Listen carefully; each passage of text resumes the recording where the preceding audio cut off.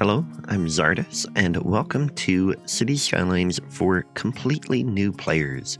This is going to be a series where I will walk you through and talk you through a lot of different concepts in the game that will hopefully bring you up to speed so you can get city building right away. But today we are going to talk about the main menu. So be sure to hit that subscribe button so you can follow along with more videos from me. I have loads of Cities Skylines content here in the channel, and let's get talking about the main menu. So the different options you have here, the continue game will technically load up your most recent save file. I don't recommend ever using continue game, especially if you are using mods, because you want to probably have control over exactly which file you're loading, and it might not be the right choice for you to hit that button. New game, you can click on that, and this is how you obviously start a new game. You have different maps. If you have the DLCs, you have a lot more.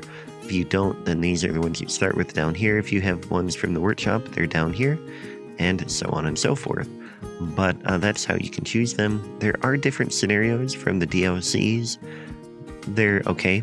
Some of them are pretty challenging, and you have to kind of tweak what you're doing. You can't necessarily build a realistic looking city while doing a scenario. But things to look at, we'll talk about choosing a map in another video. And load game is where you find all of your save files, and you can see I have a ton because every video I make, I save a file. You can sort by last modified, name, and population. That is useful. And you can see other stuff here. I have a mod that allows me to change the custom map theme, and then you can see different parts about your save there. That's pretty self-explanatory. Editors. The map editor, you can change the maps around or create your own map. That's very useful, and we'll talk about that in another video. Theme editor. That is also useful if you know how to create texture files and stuff like that. Asset editor, we'll have a video about that in the series, that we can edit kind of assets a little bit. If you're good with 3D modeling, you can create anything you want for the game, pretty much. If you're not good with 3D modeling, you can go in here and change buildings a little bit. You can add props to them and stuff like that. There is stuff you can do even without being good at modeling and stuff like that. Scenario editor, that is basically how you build a scenario. Won't talk too much about that. Content manager. This is a really useful part of the menu. The maps. I don't usually change what I have on and off in here. Usually once I download a map, I leave it in there. Or, I mean, if we create one, I leave it in there. Save games. You can go in and you can use this to enable all of the workshop content that you have for that save, or subscribe to ones that you're missing for that save. That is one thing you can do here. You can share your save games to the workshop. That is useful as well. Assets. This will be where you find everything from the Steam Workshop that is an asset in the game, which is something that you can put into your game itself, as opposed to mods, which are things that modify the game, hence the name mods. Color corrections. These are things that change the way that your lighting looks in the game, and you can get those on Steam Workshop as well. Mods will change the game, and there are some that are built into the game. Let's see if I can remember exactly which ones they are. They should be down here. Unlimited money, that is part of the game. Money never runs out. Unlimited ore and oil, that is one that I usually find useful, because that can, if you're not playing with that, the ore and oil on the map can be depleted very quickly. Unlimited soil is, I think, the third and final one that is built into the game. Though maybe unlock all as well. Yeah, these are the Steam ones. These ones are not. Unlock all. Progression milestones are always unlocked. So if you want to play in kind of sandbox mode, you can do unlock all, unlimited soil, unlimited oil and ore, and unlimited money without using any mods from the workshop, and that would be a good place to start if you want complete sandbox.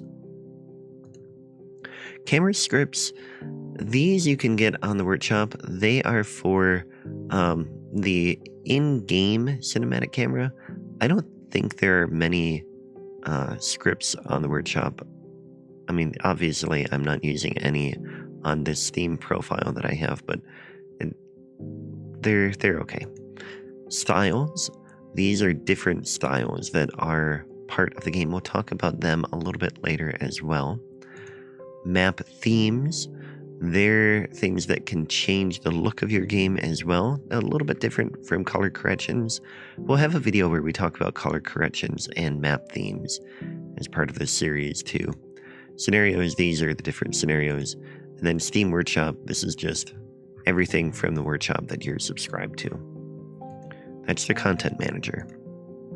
Options, again, you have various options you can do from the main menu. You can change your graphics, you can change your gameplay. Things to note here are the autosave options in here. You can also pause the game after loading. I recommend having that. And you can turn on and off your in-game guides and your chirper messages. I have that turned off so they don't automatically open on me. Day-night cycle, you can toggle that as well. That can be very useful. And then, of course, the disasters, if you have the disasters DLC, and other stuff in here. Key mapping, you can change your own keys, of course. The ones that I find the most useful are in-game. I have one for, let's see, which one am I using?